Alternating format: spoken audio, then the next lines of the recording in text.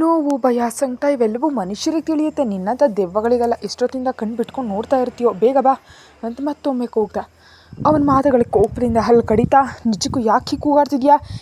ಇವಾಗಲೇ ಹೊರಗಡೆ ಹೋಗಿ ಏನು ಮಾಡಬೇಕು? ಒಳ್ಳೆ ಯಾವ ಥರ ಆಡ್ತಾನೆ ನೋಡು ಅಂತ ಒಳಗೊಳಗೆ ಗೊಣಕ್ಕೊಳ್ತಾ ಬೇಸರ ಮಾಡಿಕೊಂಡ್ಳು ಆರಾಧ್ಯ.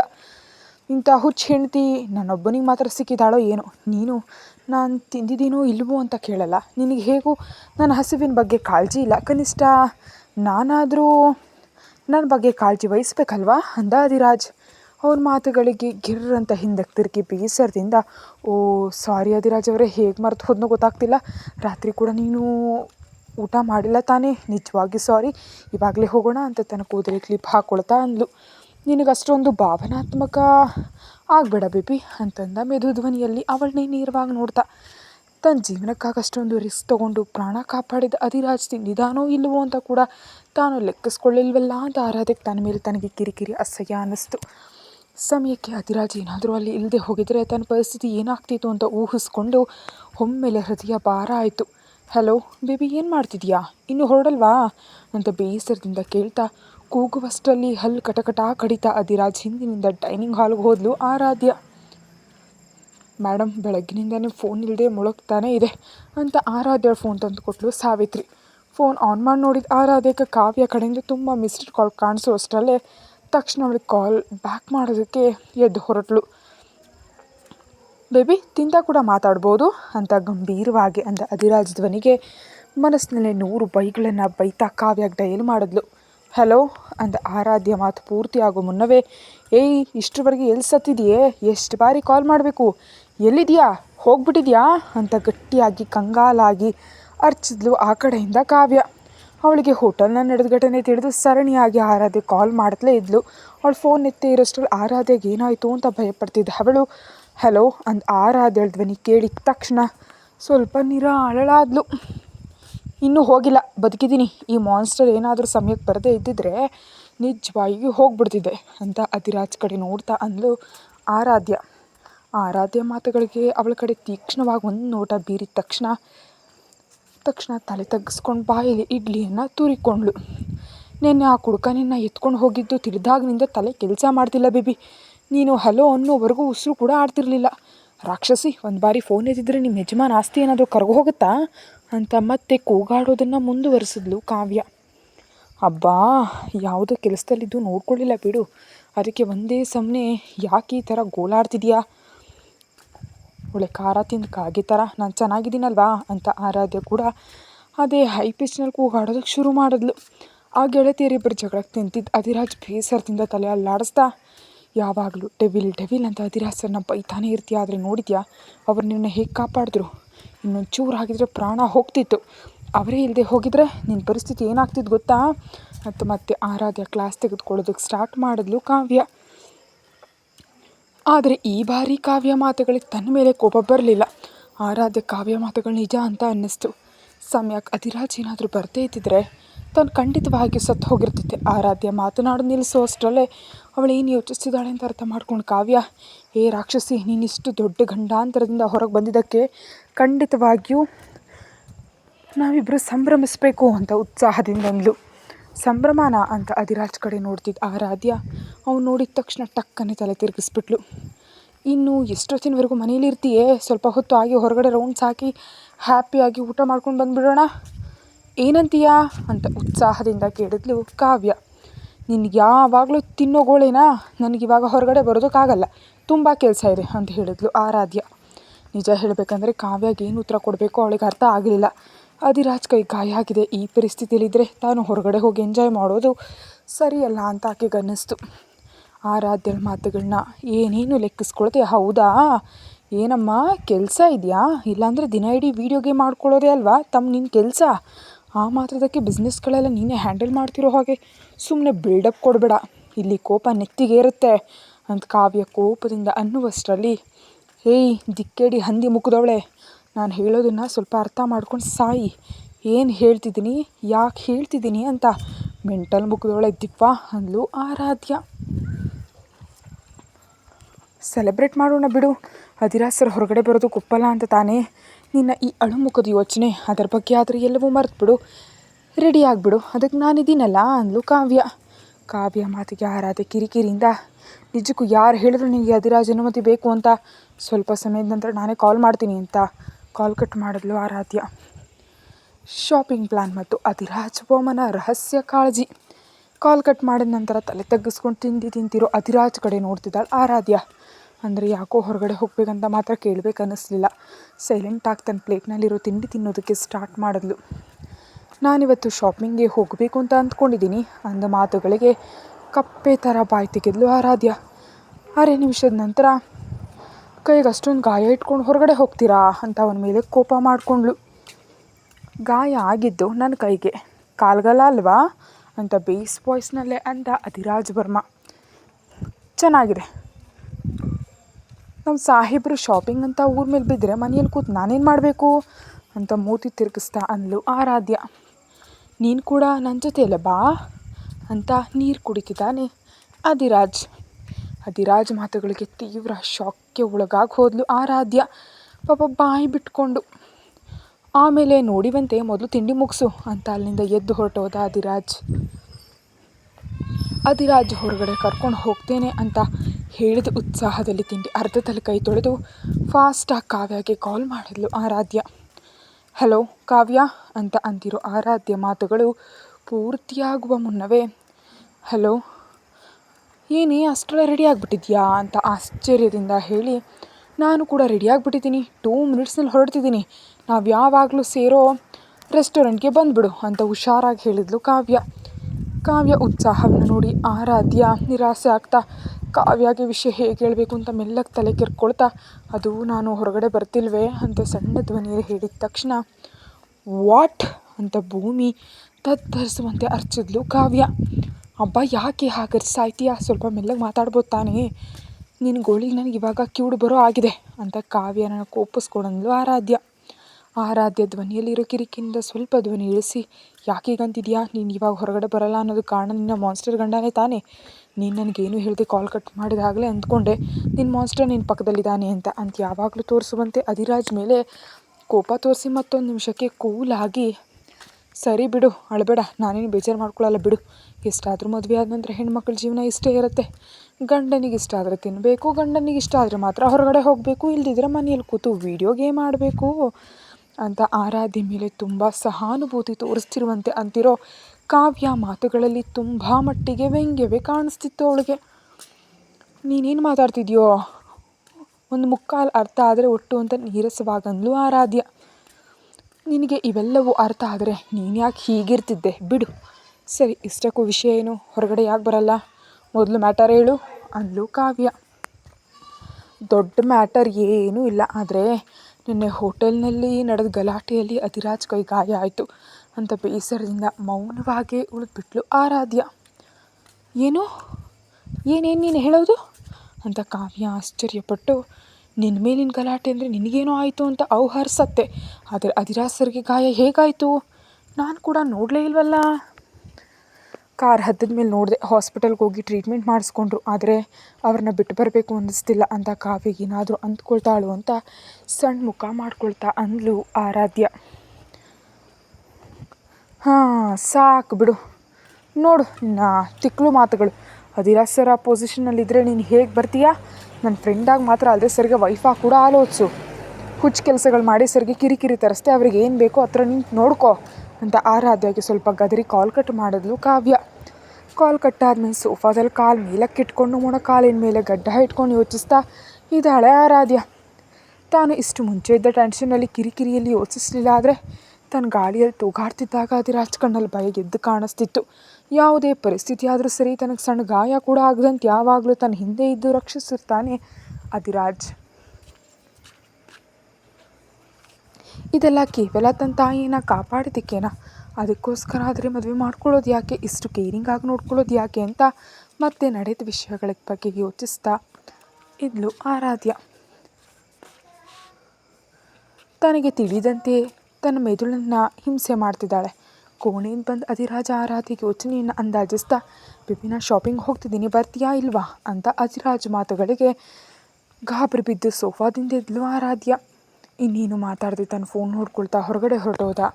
ಅವನ ಹಿಂದೆ ಹೊರಟ್ಲು. ಆರಾಧ್ಯ ಕೂಡ ಕಳ್ಳಿಯಂತೆ.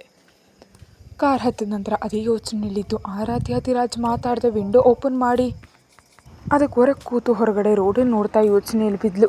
ಅಧಿರಾಜನ್ನ ನಿಜವಾಗಿ ಶಾಪಿಂಗ್ ಕರ್ಕೊಂಡು ಹೋಗ್ತಿದ್ದಾನ? ಹೋದ ಬರೋ ಥರ ಮತ್ತೆ ಬಾಡಿ ಗಾರ್ಡ್ಸ್ ಜೊತೆ ಏನಾದರೂ ಮಾಡ್ತಾನೇನೋ. ನಿಜಕ್ಕೂ ಆ ಬಾಡಿ ಗಾರ್ಡ್ಸ್ ನೆನೆಸ್ಕೊಂಡ್ರೇ ಕಿರಿಕಿರಿ ಇರುತ್ತೆ ಅಂತ ಮನಸ್ಸಲ್ಲಿ ಬೇಸರ ಮಾಡಿಕೊಂಡ್ಳು. ಗಾಳಿಗೆ ಜಿಟ್ಟೆಲ್ಲ ಆರು ಹೋಗಿ ಹುಚ್ಚಿ ಥರ ಆಗ್ತಿದ್ರು ಲೆಕ್ಕಿಸ್ಕೊಳ್ಳೋದು ತನ್ನ ಯೋಚನೆಗಳಲ್ಲಿ ಕೊಚ್ಚಿ ಹೋಗ್ತಿರೋ ಆರಾಧ್ಯಳ ಕೈ ಹಿಡಿದು ಒಳಗಡೆ ಎಳೆದು ವಿಂಡೋ ಕ್ಲೋಸ್ ಮಾಡ್ದೆ ಅಧಿರಾಜ್. ಅಬ್ಬಾ ಏನ್ರಿ ನೀವು, ಸ್ವಲ್ಪ ಕೂಡ ಸಾಫ್ಟ್ನೆಸ್ ಇರಲ್ವ ನಿಮ್ಮ ಹತ್ರ ಅಂತ ತನ್ನ ಕೈಯನ್ನು ಉಚ್ಕೊಳ್ತಾ ಅಂದ್ಲು ಆರಾಧ್ಯ. ನನ್ನ ಹತ್ರ ಇಲ್ಲದೇ ಇರೋದಕ್ಕೆ ಎಕ್ಸ್ಪೆಕ್ಟ್ ಮಾಡಬೇಡ ಅಂತ ಹೇಳಿ ಚಳಿಗಾಳಿ ಬರ್ತಿದ್ರೆ ವಿಂಡೋ ತೆಗೆದು ಕೂತಿದ್ಯಾ, ಕೋಲ್ಡ್ ಆಗುತ್ತೆ ಅಂತ ತಿಳಿಯಲ್ವಾ ಅಂತ ಶಾರ್ಪಾಗಿ ನೋಡ್ದೆ ಅಧಿರಾಜ್. ನನಗೆ ಕೋಲ್ಡ್ ಆದರೆ ನಿಮ್ಗೆ ಯಾಕೆ, ಫೀವರ್ ಬಂದರೆ ನಿಮ್ಗೆ ಯಾಕೆ, ನನ್ನ ಪಾಡಿಗೆ ನನ್ನ ಇರೋದಕ್ಕೆ ಬಿಡ್ಬೋದು ತಾನೇ, ಯಾಕೆ ಪ್ರತಿ ಬಾರಿ ಹೀಗೆ ಕಟ್ಟಾಗ್ತೀರಿ, ಅದಕ್ಕೆ ನೀವೆಲ್ಲ ನನಗಿಷ್ಟ ಇರಲ್ಲ ಅಂತ ಅಂತಿರೋ ಆರಾಧ್ಯ ಅವನ ಕಣ್ಣುಗಳಲ್ಲಿ ಕಾಣಿಸ್ತಿರೋ ಕೋಪಕ್ಕೆ ಹಾಗೆ ಬಾಯಿ ಮುಚ್ಚಿಬಿಟ್ಲು. ನೋಟದಲ್ಲಿ ಹೇಗೆ ನೋಡ್ತಾನೋ, ನೋಟದಲ್ಲೇ ಪ್ರಾಣ ತೆಗೆದು ಬಿಡ್ತಾನೆ ಅಂತ ಗೊಣಕೊಳ್ತಿದ್ದ ಆರಾಧ್ಯಾಗೆ ಕಣ್ಣುಗಳಿಂದಲೇ ಸೀಟ್ನಲ್ಲಿ ಕೂತಿರೋ ದಾಸನನ್ನು ತೋರಿಸ್ತಾ ಸಣ್ಣದಾಗಿ ನಾಲ್ಗೆ ಕಚ್ಕೊಂಡು ಸಾರಿ ಅಂತ ತನ್ನ ಕಣ್ಣುಗಳನ್ನ ಸಣ್ಣದು ಮಾಡಿ ತೋರಿಸಿದ್ಲು ಹುಚ್ಚಿ ಆರಾಧ್ಯ.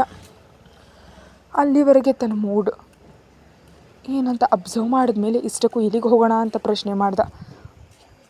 ಅಯ್ಯೋ ನಾನು ಕನಸು ಕಾಣ್ತಿಲ್ಲ ತಾನೇ ಅಂತ ತನ್ನ ಕೈಯನ್ನು ಗಟ್ಟಿಯಾಗಿ ಚಿವಿಟ್ಕೊಂಡು ನೋವು ಉಂಟಾಗೋದ್ರಿಂದ ಹಬ್ಬ ಅಂತ ಗಟ್ಟಿಯಾಗಿ ಹೋಗ್ತಾ ಕೈ ಕೆಂಪಾಗೋವರೆಗೂ ಉಚ್ಕೊಂಡ್ಳು. ದೇವ್ರೇ ಇದು ಕನಸಲ್ಲ ನಿಜಾನೇ ಅಂತ ಮುಖ ಇಟ್ಕೊಂಡು ನೋಡ್ತಿರೋ ಅಧಿರಾಜ್ ಕಡೆ, ನಿನಗಿವಾಗ ಶಾಪಿಂಗ್ ಹೋಗಬೇಕು ಇಲ್ಲ ಹೀಗೆ ಕೂಗಾಡ್ತಾ ಇರ್ತೀಯೋ ಹೇಳು, ಇವಾಗಲೇ ಕಾರ್ ಯೂ ಟರ್ನ್ ತಗೊಳ್ತೀನಿ ನೋಡು ಅಂತ ಬೆದರಿಸುವಂತಂದ ಅಧಿರಾಜ್. ಅಬ್ಬಾ ಮನೆಗೆ ಹೋದರೆ ಹಾಗೆ ಅದೇ ರೂಮ್ನಲ್ಲೇ ಬಿದ್ದಿರಬೇಕು ಅಂತ ಆಲೋಚಿಸ್ತಿದ್ದ ಆರಾಧ್ಯ ಇಲ್ಲ ಇಲ್ಲ ಅಂತ ಗಟ್ಟಿಯಾಗಿ ಕೂಗುವಷ್ಟರಲ್ಲಿ ಎಲ್ಲಿಗಾದರೂ ಕರ್ಕೊಂಡು ಹೋಗ್ತೀರಾ ಅಂತ ಮತ್ತೆ ಖಚಿತವಾಗಿ ಕೇಳಿದ್ಲು. ತನ್ನ ಕಣ್ಣುಗಳನ್ನ ಟಪಟಪ ಅಂತ ಮಿಟುಕಿಸ್ದ. ತನ್ನೆರಡು ಕೆನ್ನೆಗಳನ್ನ ಹಿಡಿದು ಕೈಯಿಂದ ಸಣ್ಣದಾಗಿ ಸವರ್ತಾ ಎಲ್ಲಿಗೆ ಬೇಕೋ ಅಲ್ಲಿ ಕರ್ಕೊಂಡು ಹೋಗ್ತೀನಿ ಅಂತ ಪ್ರೇಮವಾಗಂದ. ಅವನಷ್ಟೊಂದು ಸ್ವೀಟ್ ವಾಯ್ಸ್ನಲ್ಲಿ ಮಾತಾಡ್ತಿದ್ರೆ ಅವನ ಕೈಗಳಿಂದ ತನ್ನ ಫೇಸನ್ನು ಬಿಡಿಸ್ಕೊಳ್ಳೋತ್ತೆ ಆಶ್ಚರ್ಯದಿಂದ ಬಾಯಿ ಬಿಟ್ಕೊಂಡು ನೋಡಿಬಿಟ್ಲು. 2 ನಿಮಿಷ ಆದರೂ ಇನ್ನೂ ಸೈಲೆಂಟಾಗಿರೋ ಆರಾಧ್ಯಳನ್ನ ನೋಡಿ ದಾಸ್ಕ ಟರ್ನ್ ಮಾಡು ಅಂತ ಸೀರಿಯಸ್ ಆಗಂದ. ಆ ಮಾತು ಕೇಳ್ತಿದ್ದಂತೆ ಶಾಕ್ನಿಂದ ಹೊರಬಂದು ಇಲ್ಲ ಅಂತ ಕೂಗಿ ಹಾಗಾದರೆ ಮಾಲ್ಗೆ ಹೋಗೋಣ ಅಂದ್ಲು. ಊರು ಹೆಸರು ಏನೂ ಇಲ್ಲದೆ ಮಾಲ್ ಅಂದರೆ ಎಲ್ಲಿ ಕರ್ಕೊಂಡು ಹೋಗಬೇಕು ಅಂತ ತನ್ನ ಫೋನ್ ನೋಡ್ಕೊಳ್ತಾ ಅಂದ. ಅದೇ ಅಧಿರಾಜ್, ಅವಾಗ ನಾನು ಕಾವ್ಯ ಸೇರಿ ಹೋಗಿದ್ವಲ್ಲ ನೀವು ನನ್ನನ್ನು ನೋಡಿ ಅಂತ ಅಂತಿರೋ ಆರಾಧ್ಯ ಕಡೆ ಕೋಪದಿಂದ ನೋಡ್ತಿರೋ ಅಧಿರಾಜ್ ಕಣ್ಣುಗಳನ್ನ ನೋಡಿ ಏನು ಮಾತಾಡದೆ ಸೈಲೆಂಟಾಗಿ ಉಳಿದ್ಬಿಟ್ಲು. ಹಾಗೆ ಹೊಡೆಯೋ ಥರ ನೋಡಿದಿದ್ರೆ ಇಲ್ಲ ಅಂತ ಹೇಳ್ಬೋದು ತಾನೇ ಅಂತ ಮೂತಿ ಉಬ್ಬಿಸ್ಕೊಂಡು ಗುಣಕ್ಕೊಂಡ್ಳು. ನಿನಗೆ ಎಲ್ಲಿಗೆ ಇಷ್ಟವೋ ಅಲ್ಲಿಗೆ ಹೋಗೋಣ ಅಂತ ಸಣ್ಣದಾಗ ಅವಳ ಕೆನ್ನೆಗಿಗಿಲ್ದ ಅಧಿರಾಜ್. ತಕ್ಷಣ ಅಧಿರಾಜ್ ಮಾಲ್ ಅಡ್ರೆಸ್ ಹೇಳ್ದ. ಸುಮಾರಾಗಿ ಅರ್ಧ ಗಂಟೆ ನಂತರ ಕಾರ್ ಆ ಮಾಲ್ನ ಮುಂದೆ ನಿಂತಿತು. ಕಾರ್ ನಿಲ್ತಿದ್ದಂತೆ ಇಳಿದು ಒಳಗಡೆ ಓಡ್ತು ಹೋದ ಆರಾಧ್ಯಾಗೆ ತಮ್ಮ ಸುತ್ತ ಇರೋ ಬಾಡಿ ಗಾರ್ಡ್ಸ್ ಈ ಬಾರಿ ಅವಳಿಗೆ ತೊಂದರೆ ಆಗಿ ಅನ್ನಿಸ್ಲಿಲ್ಲ. ಸಣ್ಣದಾಗಿ ಅಧಿರಾಜ್ ಸ್ಟೇಟಸ್ಗೆ ಹೊಂದ್ಕೊಂಡು ಬಿಟ್ಟಿದ್ದಾಳೆ. ಆ ಮಾಲ್ನೊಳಗೆ ಜೇಟ್ ಆರಾಧ್ಯಾಗೆ ಅರುಂಧತಿ ಅವ್ರು ಹೇಳಿದ ಮಾತುಗಳು ನೆನಪಿಗೆ ಬರ್ತಿದ್ರೆ ಆ ಕಡೆ ತಿರುಗಿ ನಾನು ನಿಜವಾಗಿ ನಿಮ್ಮ ಅಮ್ಮನ ಪರ್ಸ್ ಕಳ್ಳತನ ಮಾಡಿದ್ನಾ ಅಂತ ಕೇಳಿದ್ಲು. ಇವಾಗ ನೀನು ಬಂದಿದ್ದು ಶಾಪಿಂಗಾ ಏನು, ಬಾಯಿ ಮುಚ್ಕೊಂಡು ಬಂದು ಕೆಲಸ ನೋಡ್ಕೋ ಅಂತ ಸೀರಿಯಸ್ ಆಗಿ ಹೇಳಿದ ಅಧಿರಾಜ್. ಕನಿಷ್ಠ ಸಮಯವೂ ಇಳಿದವಳ ಮನಸ್ತತ್ವಕ್ಕೆ ಒಂದೊಂದು ಬಾರಿ ಅಧಿರಾಜ್ ಬೇಸರ ಪಡ್ತಾನು ಕೂಡ. ಆದರೆ ಅದನ್ನು ಬರೆಸುತ್ತಾ ಅವಳನ್ನ ಬದಲಾಯಿಸ್ಕೊಳ್ಬೇಕಂತ ನೋಡ್ತಿದ್ದಾನೆ ಪಾಪ ಅಧಿರಾಜ್. ಅಯ್ಯೋ ಸರಿ, ಅಷ್ಟೊಂದು ಕೋಪವಾಗಿ ನೋಡಬೇಡ ಕಣಿಯ, ಸ್ವಲ್ಪ ಸುತ್ತ ಜನ ಇದ್ದಾರೆ ಅಂತ ನೆನ್ಪಿಟ್ಕೋ ಅಂತ ಮೂತಿ ತಿರುಗಿಸ್ತಾ ಅಂದ್ಲು. ಮುಂದಕ್ಕೆ ಹೊರಟ್ಲು. ಹೋಗ್ತಾ ಇರೋ ಅವಳನ್ನ ನೋಡ್ತಾ ಅವಳಂದ ಪದಕ್ಕೆ ಆಶ್ಚರ್ಯಪಟ್ಟು ಹೇಗೆ ನೋಡ್ತಾ ಇದ್ದೀನಿ ಅಂತ ಅವಳ ಪಕ್ಕದಲ್ಲಿ ನಡೀತಾ ಅಂದ ಅಧಿರಾಜ್.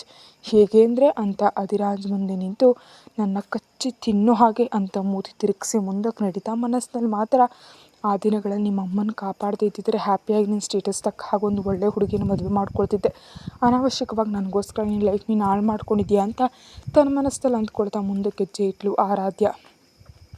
ಅವಳು ಪ್ರತಿ ಆಲೋಚನೆಯನ್ನು ಅರ್ಥ ಮಾಡ್ಕೊಳ್ಬಲ್ಲ ಅಧಿರಾಜ್ ಅವಳ ಕೈ ಹಿಡಿದು ನಿಲ್ಲಿಸಿ ನೀನು ನಮ್ಮ ಅಮ್ಮನನ್ನು ರಕ್ಷಿಸಿದೆಯೋ ಇಲ್ವೋ ಅವೆಲ್ಲ ಕಳೆದ ಕಾಲದಲ್ಲಿ ನಡೆದು ಹೋಗಿರೋದು, ಅವೆಲ್ಲವನ್ನು ಇಲ್ಲೇ ಬಿಟ್ಬಿಡು ಬೇಬಿ, ಇವಾಗ ನೀನು ನನ್ನ ಹೆಂಡತಿ, ಈ ಒಂದೇ ವಿಷಯ ಮಾತ್ರ ನೆನಪಿಟ್ಟುಕೋ ಅಂತ ಸೀರಿಯಸ್ ಆಗಿ ಹೇಳ್ದ ಅಧಿರಾಜ್. ವಾಯ್ಸ್ನಲ್ಲಿರೋ ಬೇಸ್ಗೆ ಸ್ವಲ್ಪ ಭಯಪಟ್ಟು ಸರಿ ಅಂತ ತಲೆ ತಿರುಗಿಸಿ ಪಕ್ಕಕ್ಕೆ ನೋಡಿದ ಆರಾಧ್ಯಾಗೆ ಒಂದು ಜ್ಯೂಸ್ ಪಾಯಿಂಟ್ ಕಾಣಿಸಿ ಅಲ್ಲೇ ನಿಂತುಬಿಟ್ಲು. ಮತ್ತು ಆ ಮೈಂಡ್ನಲ್ಲಿ ಏನು ಹುಳ ನುಗ್ತು ಬೇಬಿ, ಅಲ್ಲೇ ನಿಂತ್ಬಿಟ್ಟಿದ್ಯಾ ಅಂತ ಬೇಸರದಿಂದ ಕೇಳಿದ ಅಧಿರಾಜ್. ಯಾವಾಗಲೂ ನನ್ನ ಏನೋ ಒಂದು ಅಂದೇ ಇದ್ದರೆ ನಿನಗೇನು ತೋಚಲ್ವಾ ಅಂತ ಗುರ್ರಂತ ಅಧಿರಾಜ್ ಕಡೆ ನೋಡ್ತಾ, ಅಷ್ಟರಲ್ಲಿ ಮತ್ತೆ ಆ ಜ್ಯೂಸ್ ಪಾಯಿಂಟ್ ನೆನಪಿಗೆ ಬಂದು, ಅಧಿರಾಜ್ ನಂಗೆ ತುಂಬ ದಾಹ ಆಗಿದೆ, ಜ್ಯೂಸ್ ಬೇಕು ಅಂತ ಮುದ್ದಾಗಿ ಮುಖ ಇಟ್ಕೊಂಡು ಕೇಳಿದ್ಲು ಆರಾಧ್ಯ. ಅವಳ ಪ್ರತಿ ಎಕ್ಸ್ಪ್ರೆಷನ್ಸನ್ನು ಅಪರೂಪವಾಗಿ ಫೀಲ್ ಆಗೋ ಅವನು ಇವಾಗಲೇ ತರ್ತೀನಿ ಅನ್ನುತ್ತಾ ಆ ಸ್ಟಾಲ್ ಕಡೆ ಹೊರಟ. ಜ್ಯೂಸ್ ತರಲು ಸ್ವತಃ ಅಧಿರಾಜ್ ಹೋಗೋದವಳಿಗೆ ತುಂಬ ಆಶ್ಚರ್ಯ ಅನ್ನಿಸ್ತು. ಈ ದಿನ ಖರ್ಚೆಲ್ಲ ಅಧಿರಾಜ್ ಕಡೆಯಿಂದಲೇ ಮಾಡಿಸ್ಬೇಕು ಅಂದ್ಕೊಂಡ್ಳು. ತಾನೇ ಸ್ವತಃ ಹೋಗಿ ತನಗೋಸ್ಕರ ಜ್ಯೂಸ್ ತರ್ತಾನೆ ಅಂತ ಮಾತ್ರ ಅವಳು ಎಕ್ಸ್ಪೆಕ್ಟ್ ಮಾಡಿರಲಿಲ್ಲ.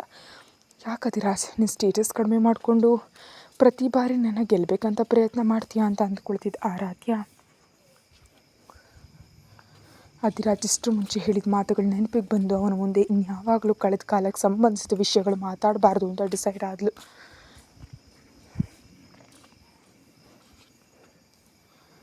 ತಾನು ಯೋಚನೆಗಳಿಂದ ಹೊರಬಂದ ಆರಾಧ್ಯ ಕಡೆ ನೋಡುವಷ್ಟರಲ್ಲಿ ತುಂಬ ಜನ ಹುಡುಗಿಯರು ಅಧಿರಾಜ್ ಕಡೆ ಕಣ್ಮಿಟ್ಟಿಕ್ಸ್ದೆ ನೋಡೋದು ನೋಡಿ ತಕ್ಷಣ ಆರಾಧ್ಯ ಕಣ್ಣುಗಳಲ್ಲಿ ಬೆಂಕಿ ಉರಿಯಿತು.